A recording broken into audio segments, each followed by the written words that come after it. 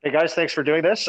Bo, just want to get your first impressions on Niels Hoaglander skating on your wing and what you thought of any potential chemistry that you might be able to build there. Yeah, he was great. I mean, obviously I didn't know too much about him. Just saw him play World Juniors and a couple TSN highlight reel goals. But to actually skate with him, today was really good. He's really fast, shifty, smart with the puck. So no, it was really good to skate with him today. And how about the overall tone and pace of the first day? Yeah, it was good. I mean, the guys were flying out there. I thought the pace was good. It was a typical Travis Green training camp again. He's not going to make it easy on us, which is good. And I thought the boys handled it really well. Great. Next up, we've got Ben Kuzma. Hey, Bo, just a follow-up question on Hoglander. What do you think you need in a winger? I mean, obviously you need a guy who's responsible, maybe a bit of a playmaker, a finisher. Is there somebody, or I should say something in particular that you and Pierce are going to need to thrive on that line? We got obviously Pierce and I have played together for a while now, and we have some good chemistry. And I mean, no matter who steps up on the right wing, I think no matter what, we got to start getting chemistry right away. It's a short season. It's a lot of games, logged in a short amount of time, and we got to find chemistry no matter who is going to be up there. But as of today, we felt pretty comfortable there with with Hogs, and hopefully we can continue to keep playing together. Just a follow-up question, Bo. As captain of the team, you probably already found out how loud and proud Nate Schmidt is. How much do you think he can help you on the ice and in the room?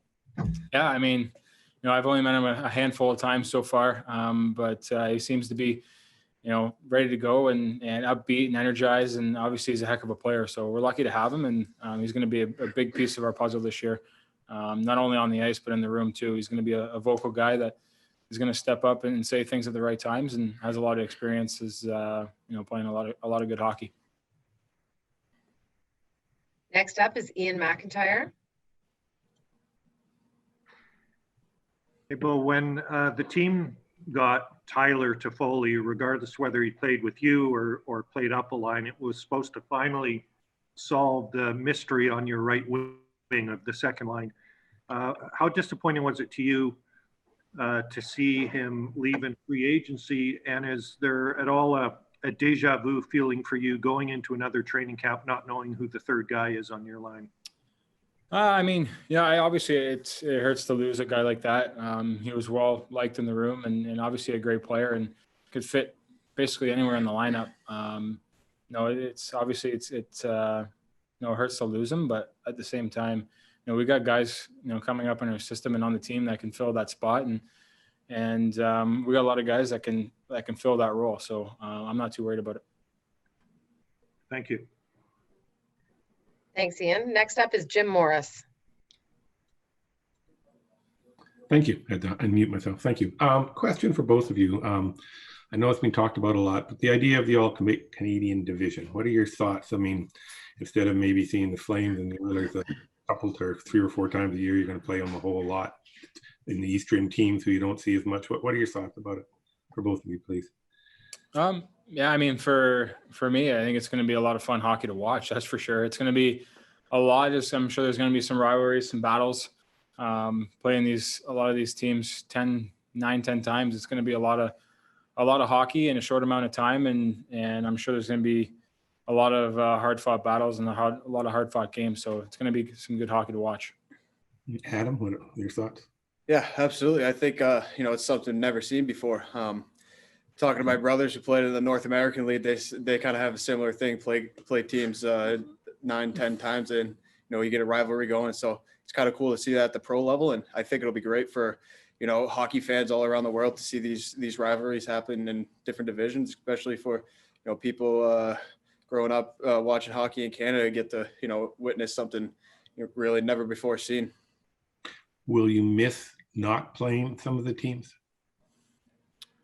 Yeah, I mean, there's obviously some battles where you're going to miss playing, but I mean, as long as we're playing hockey and you're playing the game you love, and we can get back to some sort of normalcy in our lives, and and try to make it as entertaining as the fans to get their minds away from what's going on around the world as well.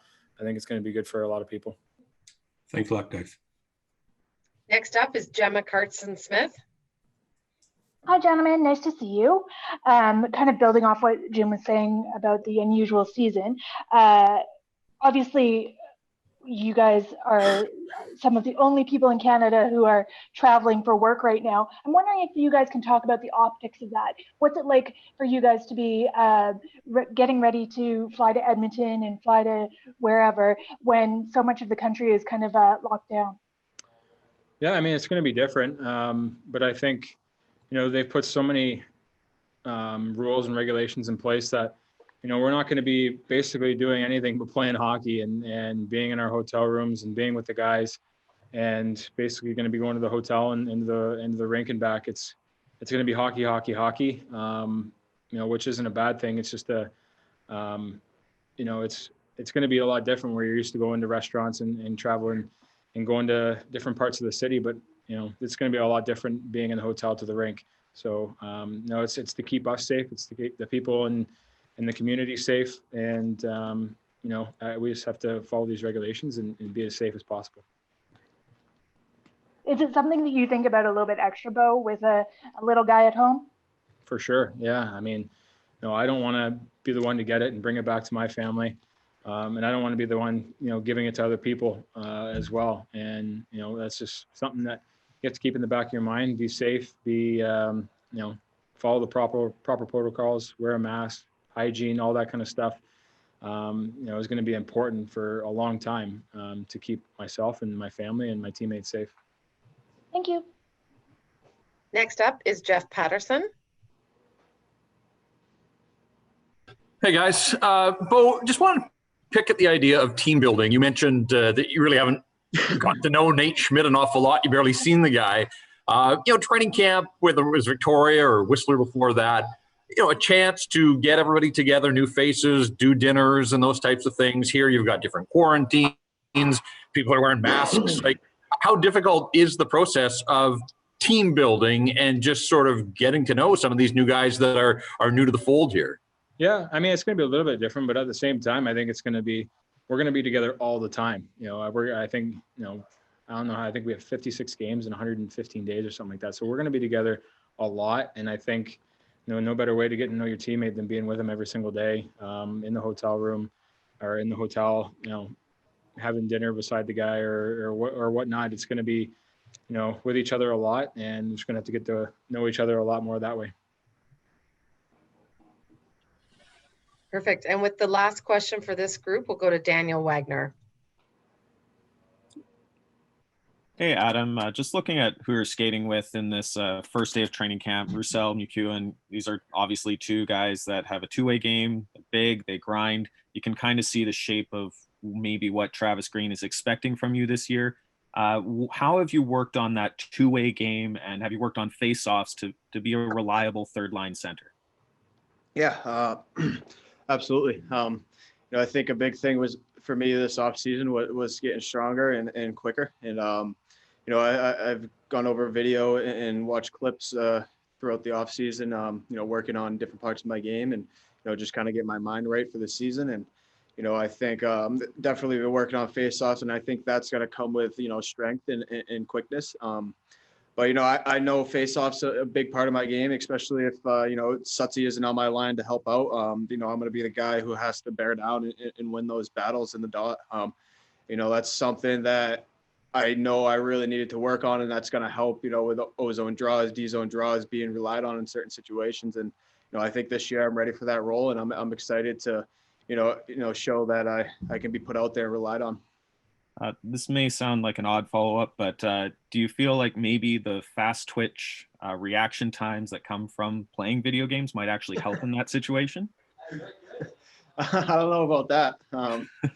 I'm more, I get more rage quitting in video games than anything. So I don't know if that's really translates over to hockey, but. All right. All right. Thank you.